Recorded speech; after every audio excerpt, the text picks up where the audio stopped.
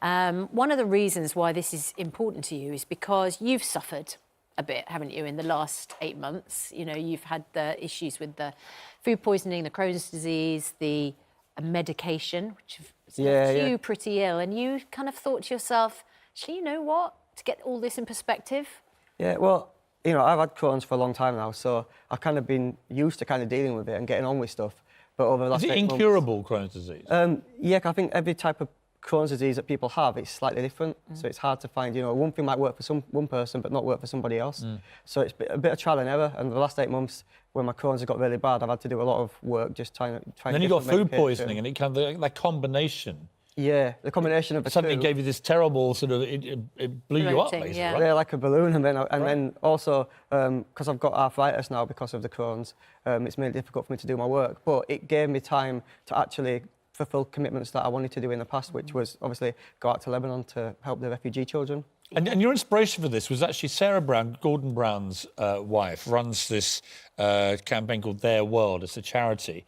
And it was that, which is about educating kids all over the place from all sorts of war-torn countries, actually.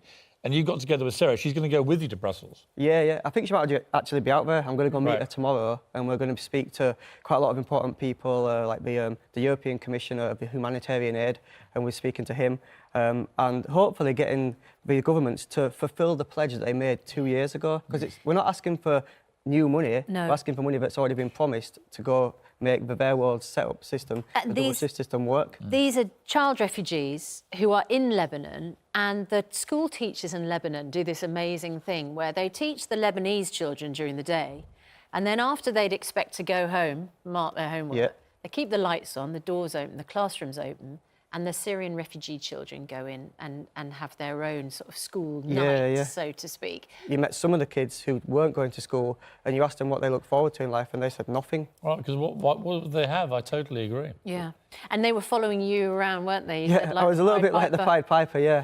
And what's amazing is that, you know, we obviously filmed this video, and so far, thanks to all the millions of people who've watched it, it's gone massive online. Yeah, you shared it for me. That was wicked. It's called 72 Hours. 72 hours, yeah, because when we put it out, it was 72 hours before we were going to go to Brussels to meet the leaders.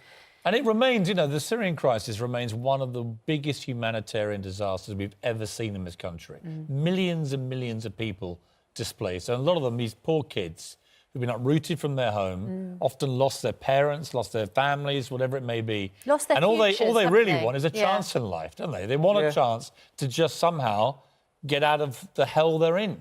Yeah, I mean, it sounds crazy, but if I accomplish what we're trying to do tomorrow, we'll have 98% of all the Syrian refugee children in education by the end of this year. Amazing. So, you know, all people need to do is watch the video, sign the petition. You can find it on my Facebook. So get onto your Twitter account. What's your Twitter handle? Dynamo Magician. Go on Dynamo Magician. You'll see it there. Retweet it, share it, tell your friends to all think. Let's get this done. Yeah. Because that's the very least we should be doing. And as you say, this isn't new money. This is money that governments have already pledged. Yep. They just need to cough up, don't they? Now, before we let you go, what are you doing about your job? I mean, you're one of the world's top magicians. Thank you.